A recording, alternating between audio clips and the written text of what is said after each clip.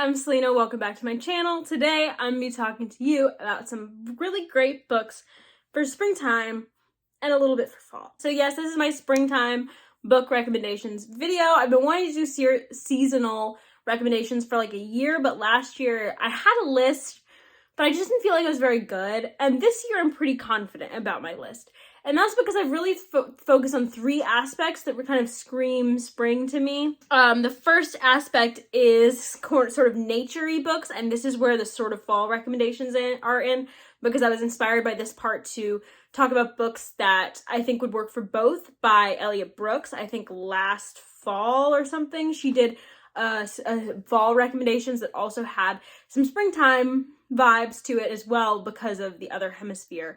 The Southern Hemisphere. I know BookTube is very focused on Northern Hemisphere people and seasons, and I'm glad that after watching the video, and I mean, not necessarily just after watching the video, but partially watching the video kind of opened my eyes to the reason that seasonal videos aren't always as inclusive. So I have a little part in this one that I think some books that'll work for fall as well. The other criteria, the next part of spring that I capitalized on was how I feel like a lot of people feel refreshed during spring. They try and clean out their houses or their living space or their rooms or their closet or anything. Spring cleaning, just getting you to feel refreshed. And then a lot of people I know have seasonal affective disorder, and a good bit of the people with that feel very depressed during colder months, so like winter and fall, and then spring comes and it's kind of a breath of fresh air. So I picked books that felt like a breath of fresh air to me.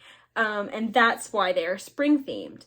And then I also have books with themes of like rebirth. So of course there is like the Christian Easter holiday that I think gives a lot of the rebirth and Easter vibes that a lot of us know today, especially if you live in like a westernized world. But there's definitely other holidays in spring, and I know that Easter had a lot of like pagan or other influences as well to get the rebirth.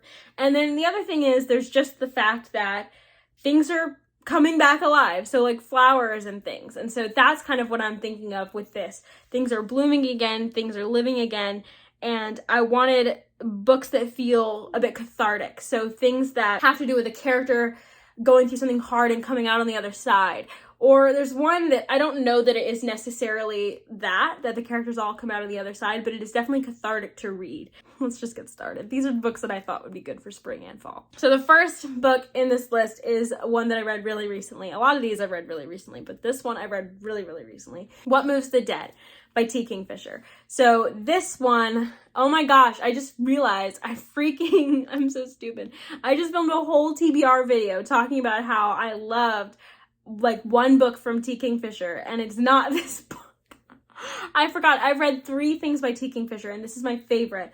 And it's the only one that I think has, well, not the only one, but this is the one that I think has the best spring/fall vibes, because it has to do with plants and life and nature. I have my tea just sitting here. I'm gonna drink it. What Moves the Dead is like a horror novella that is a retelling of The Fall of the House of Usher by Edgar Allan Poe, which is a short story that I loved. It's one of my 2 favorites of Edgar Allan Poe. And if you don't know about that short story, it's basically about a man who is called to the House of Usher where his friend is living, and he finds out that his sister is dead and the house is just not right. And so this book kind of takes that as a lot of inspiration, except the sister is not dead. When you get there, she's very deathly sick. But our main character is also not a man. So our main character is non-binary, and in this world, it's kind of a made-up country, it seems like, in Eastern Europe, with like a made-up language, and our main character is kind of like a warrior, which in the society they use non-gendered pronouns, ka and kan. Our main character is named Alex, I think, but I can't check because I don't have the physical book. I want the physical book deeply because I love that book. But Ka goes to the House of Usher, just like in the original tale, and finds the house to be not right. There's weird fungi growing everywhere. There's some weird hairs. There's just some weird stuff going on. And so Ka goes and sees the siblings, and things only get weirder because the woman sibling I can't remember her name either. She is like looks about deathly ill, and there's something going on with this house though, and with her illness, and Alex wants to find out what it is. So it's just very good. It has like gothic vibes, but it also has like a horror, a nature as horror type of vibe. There's birds outside the window. They're all sitting on the basketball hoop. Oh, that's so sweet. Oh, one just flew away. Why are you going? Why'd you go land on the concrete, bird? Go back up with your family. Let me get out of a bird's business. What Moves the Dead? I love this book. It is very short. It's like 170 pages or something. I highly, highly, highly recommend it. It has T. Kingfisher's sort of quirky writing style. It has creepy vibes, and a lot of the creepiness comes from nature, and there's some like science-y body horror. I freaking loved it. Oh God, I loved it. The writing style was so beautiful in the creepiest way possible. Oh my gosh, I could rant about What Moves the Dead all day. It's one of my favorite books of the year. And the reason I picked it for spring is obviously because there is so much nature involved in it, but there's also fall vibes as well. Like I think this could, it's just as easily be on a fall recommendations video, although I think I like it a little bit better for spring because spooky season can be all year round, right? I think that if you are someone who is in either hemisphere, you could seasonally read this right now and it'd be perfect. In the nature vibes, the other two vibes are not exactly nature vibes. I don't know. I'll talk to you about what they are. But the next one that's nature vibes, I don't have this book either.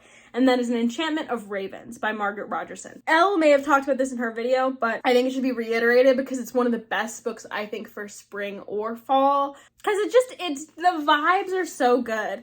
They're just so like, it's just such a, it's like a YA, fae, fairy tale vibes sort of book. And it's just so cute. It's so cute and sweet, and it has such good like just vibes with nature and with the Fae kingdoms, and pretty much it's just good. Pretty much the premise, if you don't know, we have this girl who's a painter, and she makes lots of deals with the Fae who want her to paint them. So they cannot engage in the arts. Fae cannot engage in the arts the human can. It's their one weakness. They love the arts, but it will literally kill them if they try to create something. So the Fae love her because she's this amazing painter, right?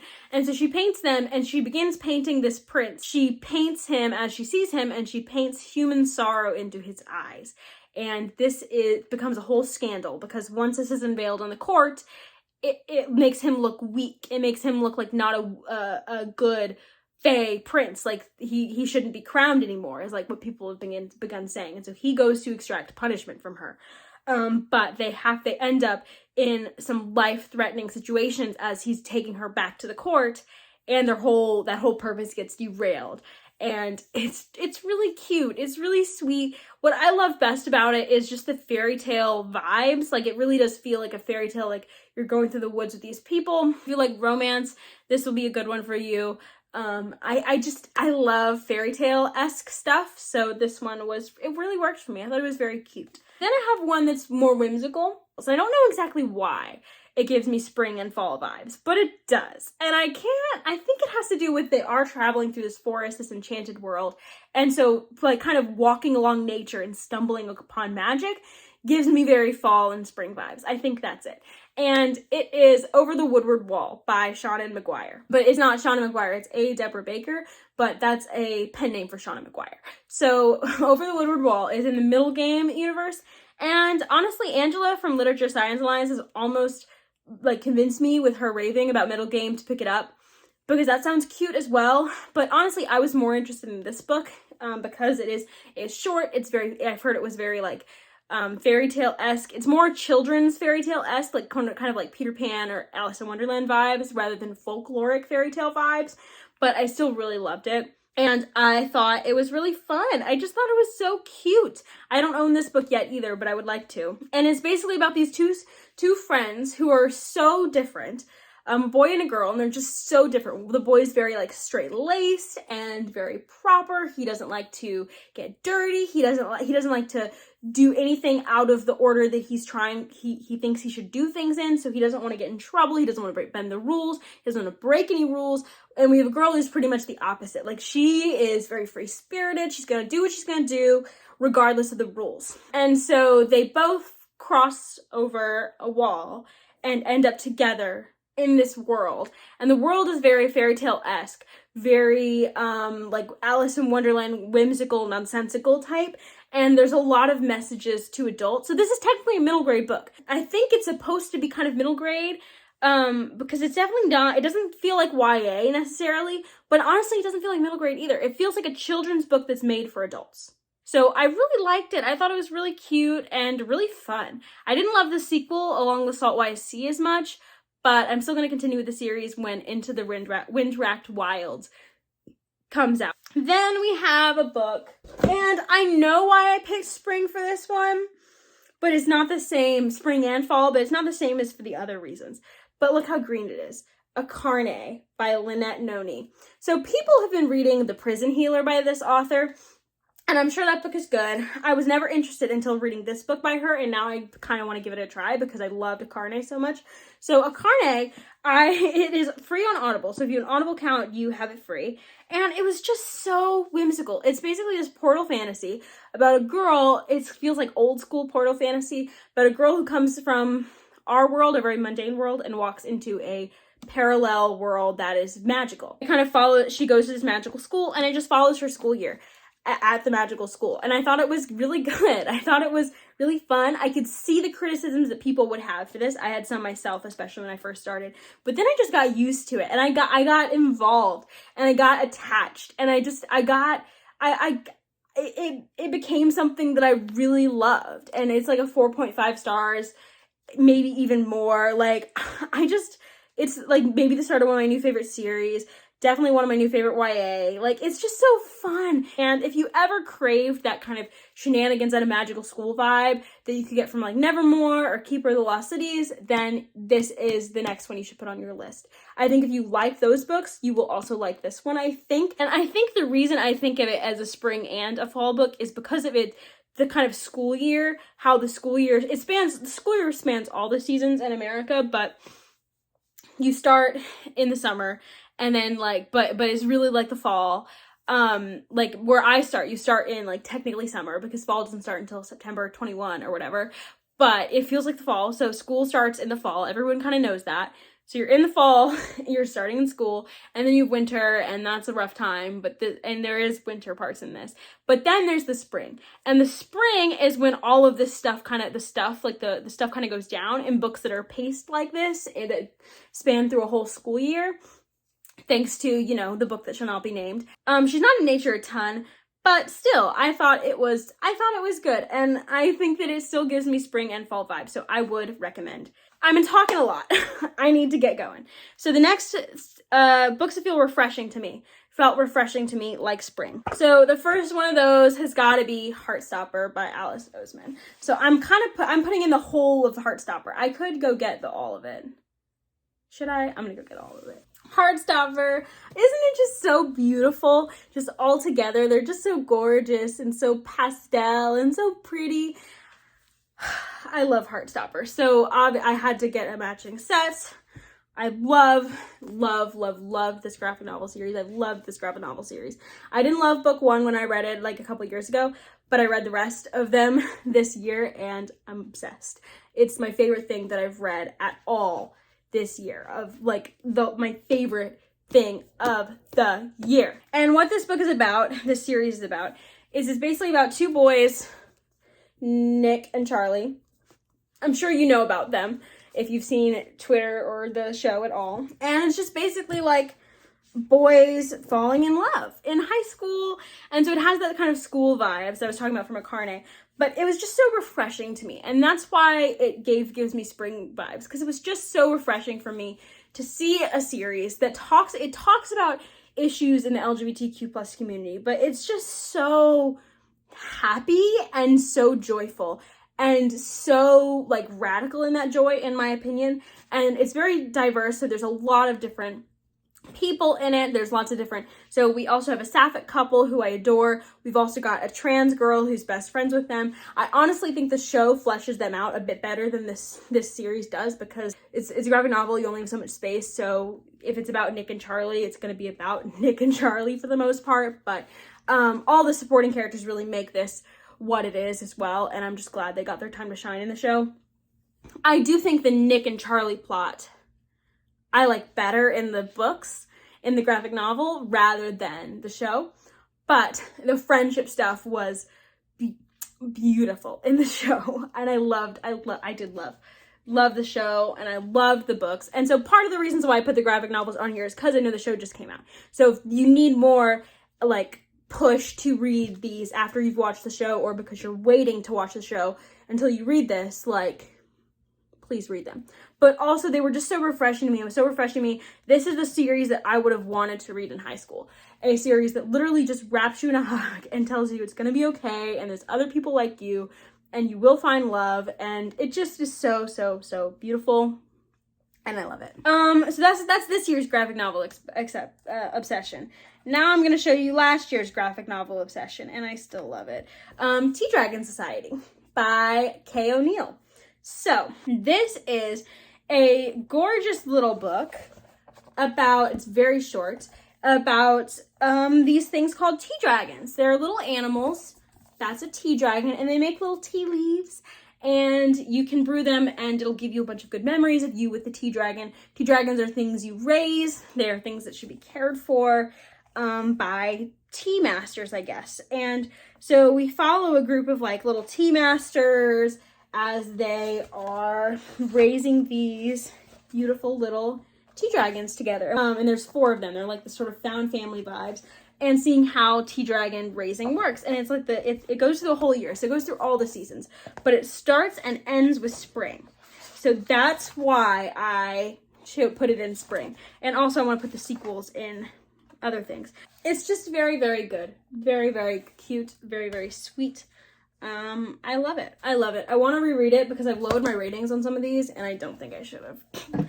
But anyways, Tea Dragon Society is very spring refreshing. It was very refreshing to me when I read it, so I put it on here. Next thing that is refreshing, I read this very recently. It is also gives me similar vibes of Heartstopper, of a queer YA book that just is so beautiful, and that's Redwood and Ponytail by K.A. Holt. So this is not as like just cutesy and fun as Heartstopper, but it's a lot more profound in terms of what it's trying to do, I think. So this is a novel in verse. So this is part of the reason why it's super refreshing. You can super just easily go through it. It's very gorgeous. And the rhythm, the beat, everything is gorgeous. It's really just so, so good. Then you have the story, which is cute as well. It's about these 2 middle school girls who are having crushes on each other, and they're having this for the first time. So it's creating lots of little awakenings for them, and they're dealing with basically different situations with that. So we have one who has a mother who is very accepting, like kind of suspects and thinks it's great. And then we have another parent who is not okay with her daughter being anything but what she wanted her to be. And I'm just so grateful to this book. It's one of my favorite books of the year. It's just it was so easy to read, so easy to fly through, and just so, so gorgeous. So it's got to be on this list. I beg you to read it.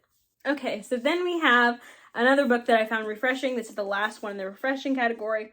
A Marvellous Light by Freya Marsk. I adored this book. I just thought it was so fun. So it had those queer themes that I've been talking about for a while of just hope and acceptance and like overbearing families. It has all that, and it also has just the fact that this is like a historical fantasy, that we are in Edwardian England and being gay is not acceptable, but we have 2 people who find happiness with each other anyway.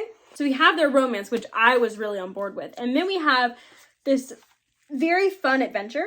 I really thought the magic was cool. I thought the mystery element was cool. There's also a mystery element. I love this kind of trope of one person who is in the magical world of England or wherever it is, and one person who's in the mundane world, and their worlds kind of collide and they end up needing each other. And I'm going to read another book like that this month. So that trope is something that I love. So like this, Silver in the Wood. And this book was just so fun and happy that I had a good time with it. And it also has a lot to do with nature magic. It has very like British land connected magic. And so that's a little bit springy as well. Then onto the rebirth / cathartic part of the springtime book recommendations. So the first one I'm going to talk about, I have 3. The first one is a contemporary called Girl Made of Stars by Ashley Herring Blake. So this one is an absolutely stunning book. It's about a girl who, her brother is accused of raping one of our girl's best friends. I think her name's Kate or something. I can't remember. But the girl, I know the girl who was raped is Hannah. And so we have the brother who is being accused by Hannah of raping him. And so you are seeing all this through the eyes of his twin sister, who loves him and who's always had a very close relationship with her brother. But she also has her own trauma. And so the fact that her family is sticking by her brother and her brother did this to another girl, the fact that all of that is going on around her is really messing with her and constantly triggering her. So I don't love it. I think it would be very easy to pitch this book as a girl who's conflicted because her brother raped somebody, but she knows that he didn't do it, right? He's too good for that. And there is a part of her who's in denial about that, but the reality is that this is a book about a girl who's constantly being triggered because she has her own experiences. And the fact that someone she loves did this is very hard and unfathomable to her, but she fathoms it because she knows that people, she doesn't think people lie about this. So she knows her friend would never lie. So you see our main character, her name is Mara. That's her name, Mara. So you see Mara kind of going through this situation, trying to take care of herself, take care of her friends. And you also see her processing her own trauma. So she has a breakup that she's just gone through, and she's got her own trauma with sexual assault in the past. And you see this constant triggering of her, but you also see her get to heal a little bit. You see Hannah get to heal a little bit. So this is a book ultimately about healing what can be healed and letting lie what needs to be let lie. And I don't want to say much more than that, but this is just such a gorgeous, gorgeous book. Beautiful prose. You do see some graphic. It's not super graphic because it's YA, but you do see a flashback to Mara's own experience with sexual assault. You don't see what happened to Hannah, but you hear about it. So just go in knowing that. The next one is less about healing, in my opinion, and more about the price of mental health. And I found it a very cathartic read. And it's Mrs. Dalloway by Virginia Woolf. So this is for my classics readers. I think this is a spring classic. First of all, the flower motif is kind of a big thing. But second of all, we follow 2 people primarily, but we jump into the heads of a lot of people because that's just Virginia Woolf's way of writing this book. And the 2 people we're primarily in the heads of are Mrs. Dalloway and Septimus Smith. So Mrs. Dalloway, Clarissa Dalloway, is a woman who's married. She has a daughter who's kind of grown. I think this is Edwardian, possibly. It's it's right after World War II, I think, or World War I. So not Edwardian. But it's in England. It's in London. And it's one day. And it's about Mrs. Dalloway. She is throwing a party, and she is someone who used to throw lots of parties, and we basically go through the day as she is literally assaulted with memories of her life. And she's not entirely happy with how her life has gone, and you just hear her thoughts, and her thoughts are so vivid. And the way her brain works, I recognized it. And so I just thought it was such a beautiful feat of writing what the human brain sounds like and looks like and feels like. And then to make it even harder to read, you have Septimus Smith's perspective. And Septimus Smith is a suicidal, traumatized war veteran. Yeah, in this whole book you see his mental state as well, and it's a hard place to be. And so what Virginia Woolf is able to do is she puts you in these 2 perspectives of people who aren't extremely mentally healthy, either of them. And she gives you a perspective on why they make the choices they make and why they want to make the choices they make. And it was very relatable to me for a lot of reasons. I think that if you have ever struggled with mental illness or have had someone close to you struggle with mental illness, this was off-putting to me my first time reading it. I read it for class the first time. It was very off-putting to me. I did not like what I thought it was trying to say. And then the second time I related and I was like, oh my God. I was like crying. I was like 5 stars, instant favorite. Why is this doing this to me? Why is this book doing this to me? And I'm just so glad that I was able to come back around and see what I think the purpose of writing this book is. It's a very hard book. It's not a book that everyone comes out and is healing, you know? It's not that sort of story about mental health. It's a story of the tragedy and the price of mental health and of mental illness and of people not taking you seriously. And so in that way, it was very cathartic for me. There's big trigger warnings for this book, so I will leave that sort of down in the comments if you need that. But we were talking about suicide the entire book, like suicidal ideation, and it is graphic, so you need to be careful with this book, but I found it cathartic. Then, my final book, final thing that I'm recommending for my springtime, the Stormlight Archive. I don't want to pull them out, but the Stormlight Archive, I think it's kind of springy. I'm gonna pull one out. I think the Stormlight Archive's kind of springy. First of all, it's very bright. It's very vibrant. We go to different places, and all of those places are very vibrant, so it gives me those spring nature vibes, and it gives me that refreshing vibes, but it also gives me those catharsis vibes. So we have a lot of characters who have a lot of mental struggles in the series, and it's about those people getting to be the heroes, and those people healing, and those people going through things and having relapses and coming out all right, kind of. I don't know. It means a lot to me. I don't know that everyone will come out all right because it's a fantasy book, but it is a place where your struggles are recognized, but it doesn't stop you from being the heroes. And that also doesn't stop this book from having nuance, in my opinion. Like, it doesn't stop it from having moral grayness. It doesn't stop it from having stakes. But I loved this book, and especially like as we go on, Kaladin's journey and Shallan's journey feel very cathartic at times. If you struggled with depression, then I think this series is very cathartic, and it's my favorite series. So I wanted to throw it in one of these. And also it's the Stormlight Archive, and there's big storms, and so there's storms like April showers, bring May flowers, that whole thing. Yeah. That's what I'm thinking with Stormlight. Thank you for watching this video, and I will see you next time. Bye.